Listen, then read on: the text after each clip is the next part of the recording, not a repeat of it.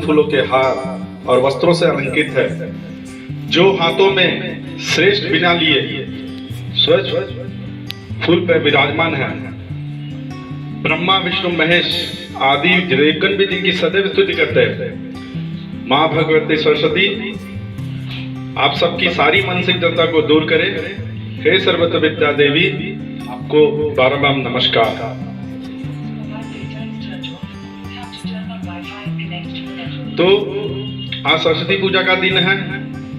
तो आप सब जानते हैं कि पूरे देश में हम सब सरस्वती पूजा को बहुत धूमधाम से मनाते हैं। सारे लोग धूमधाम से मनाते हैं।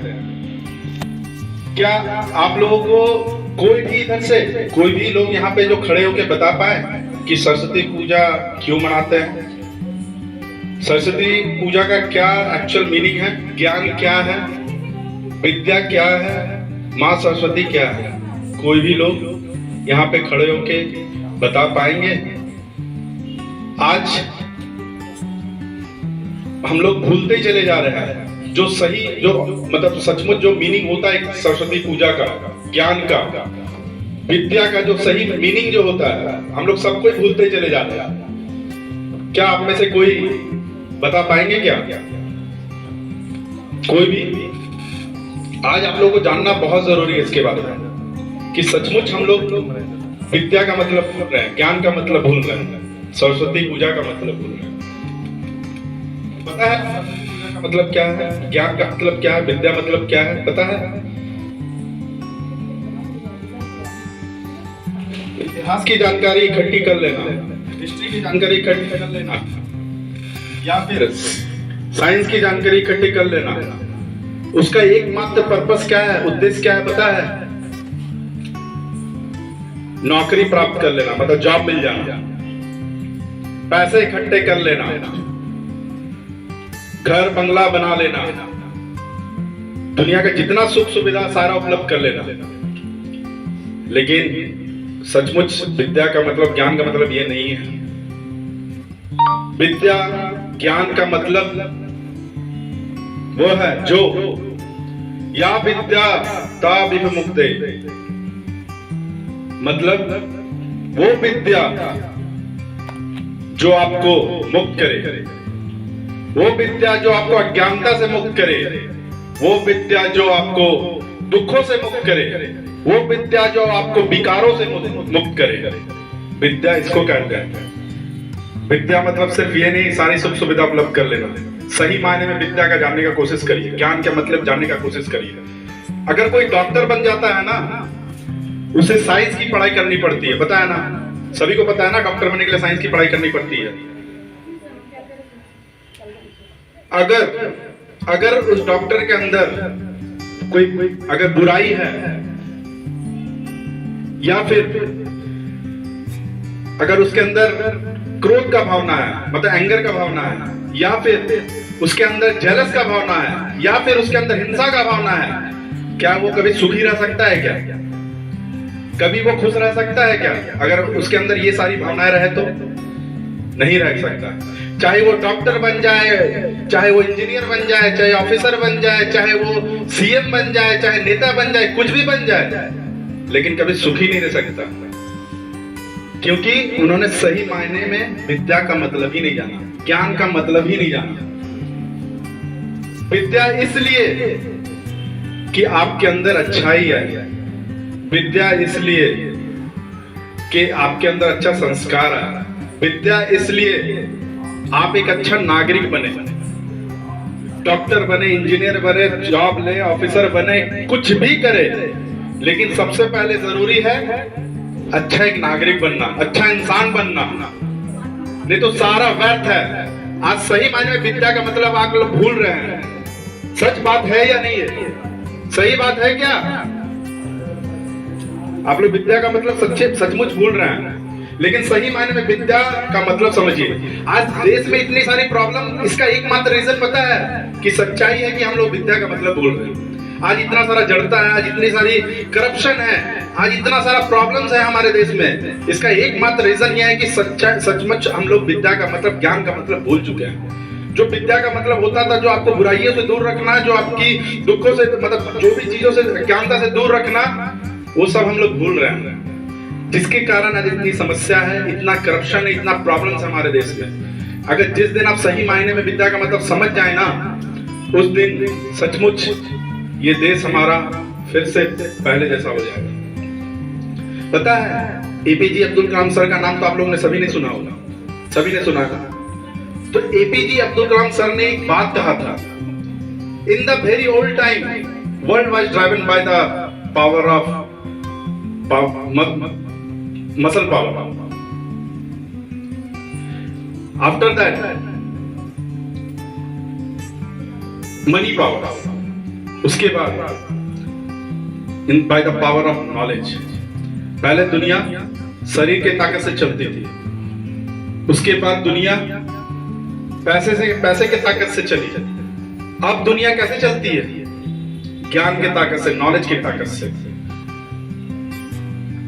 आज अमेरिका, फ्रांस, रशिया क्यों हमसे आगे आ गया?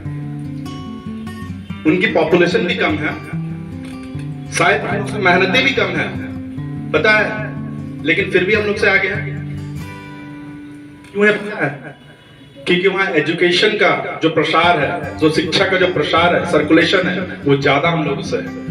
वहां के लोग ज्यादा एजुकेटेड हुए हैं, इसलिए वो हम लोग से आगे है। एंशिएंट टाइम में, प्राचीन काल में हम लोग के यहाँ भी बहुत बड़ी बड़ी बड़ी यूनिवर्सिटी हुआ करती थी, चाहे वो तक्षशिला का बोल दीजिए, नालंदा यूनिवर्सिटी बोल दीजिए, बहुत बड़ी बड़ी बड़ी यूनिवर्सिटी हुआ करती थी। लेकिन जैसे मध्यकाल आया, मतलब मिडिवल एज, हम लोगों ने पे ज्यादा फोकस किया, अंधविश्वास पे ज्यादा ध्यान दिया, जिसके कारण हम लोग पिछड़े। हम लोगों ने 10 के एसएसटी में पढ़ा था ना, 10 के एसएसटी में शायद पढ़ा था, वर्ल्ड की जो रिचेस्ट कंट्री थी वो अमेरिका, रसिया नहीं थी, है ना, इंडिया एंड चाइना था। लेकिन हम लोगों ने एजुकेशन पे ध्यान देना कम किया, साइंस पे ध्यान देना कम किया। आज इसलिए वर्ल्ड में हम लोग पिछड़ गए, गरीब हो गए, कमजोर हो गए। ये सबसे बड़ी रीजन है, क्योंकि हम लोगों ने एजुकेशन पे ध्यान देना कम किया, शिक्षा पे ध्यान देना कम किया। तो इसीलिए अपने आप को अगर मजबूत बनाना हो या फिर इस देश को मजबूत बनाना हो, तो सबसे पहले शिक्षा पे, एजुकेशन पे ज्यादा से ज्यादा ध्यान दीजिए।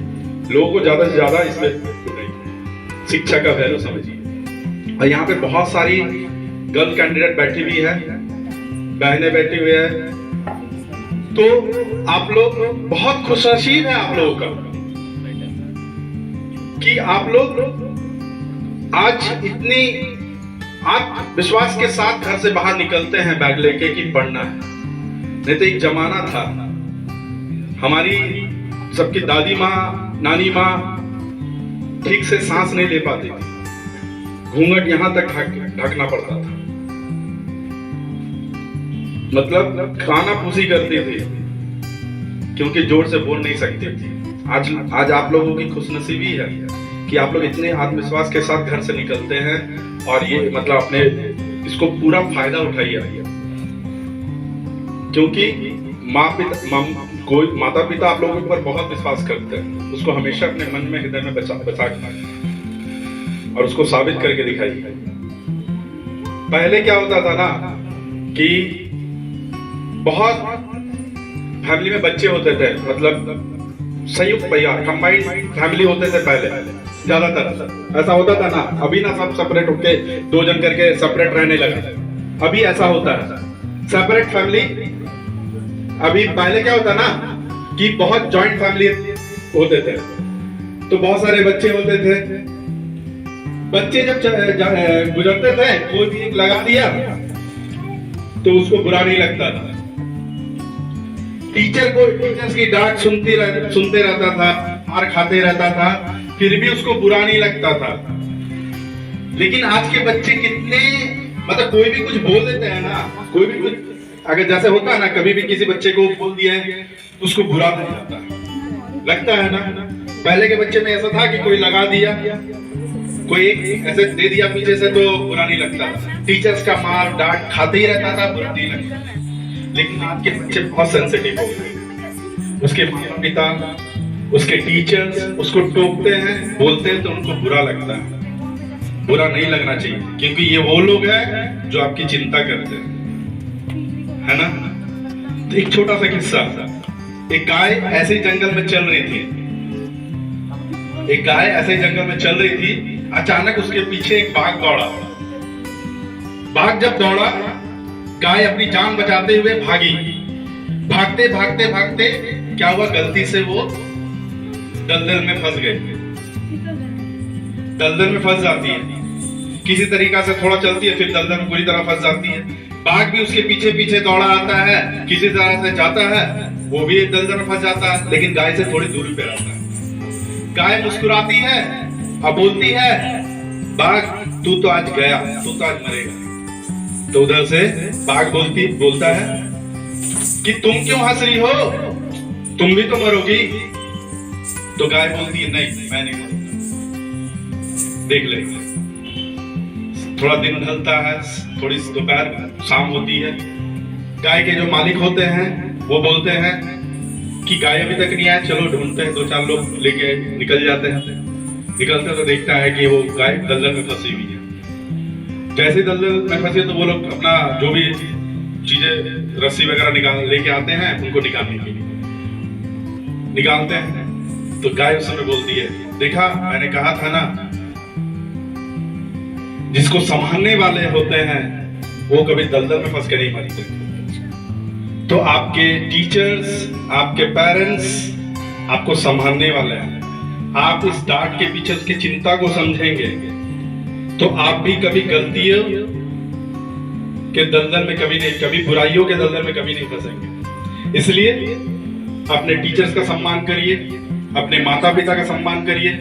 विशेषकर अपने माता को मतलब सोचिए कि कितना आप लोगों के बारे में चिंता करते हैं। जब तक से आप घर वापस नहीं आते हैं तब तक चिंता करती है। कहीं पर भी मंदिर मस्जिद कहीं पर भी जाती है तो अपने लिए कुछ नहीं मांगती, वो सब अपने बच्चे के लिए मांगती है। 2 पैसा अगर जमा भी करती है वो अपने लिए कुछ नहीं खरीदती, आप लोगों के लिए मतलब बच्चे के लिए खरीदती है। इसीलिए अपने माता पिता का सम्मान, अपने टीचर का सम्मान करिए और उसको प्रूफ करके दिखाइए। जो मकसद से आए हैं, जो पर्पस से आए हैं, उसको फुलफिल करिए। और एक चीज, व्यक्ति केवल शरीर और दिमाग नहीं होता। अगर कोई पूछे व्यक्ति एक शरीर है और एक दिमाग है, ये नहीं होता। व्यक्ति मन और आत्मा होती है। Mind sharpen by the knowledge and information. Mind तो तेज होगा ही, लेकिन इंसान का अगर मन समृद्ध ना होना तो कोई फायदा नहीं है। इसीलिए अपने मन को समृद्ध करिए, कमजोर के प्रति मतलब अपने आप को जो भी मदद करिए, अपने फैमिली के प्रति संवेदनशील बनिए, एक अच्छा नागरिक बनेंगे, तभी एक कंप्लीट पर्सनालिटी बन पाएंगे, नहीं तो नहीं बन पाएंगे।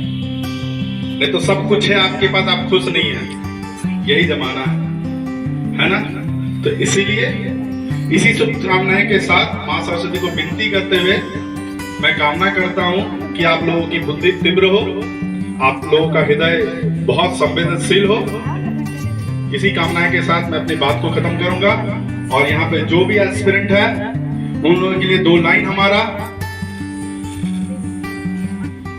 जो पानी से नहाता है वो सिर्फ लिबास बदलता है। जो पानी से नहाते हैं वो सिर्फ लिबास बदलते हैं, और जो पसीने से नहाते हैं वो पूरा इतिहास बदलते हैं। इतिहास बदलने के बारे में यूं ही नहीं होती हाथों में लकीरों के आगे उंगलियां, यूं ही नहीं होती हाथों में लकीरों के आगे उंगलियां। रब ने भी पहले किस्मत से पहले मेहनत को बनाया। Thank you so much.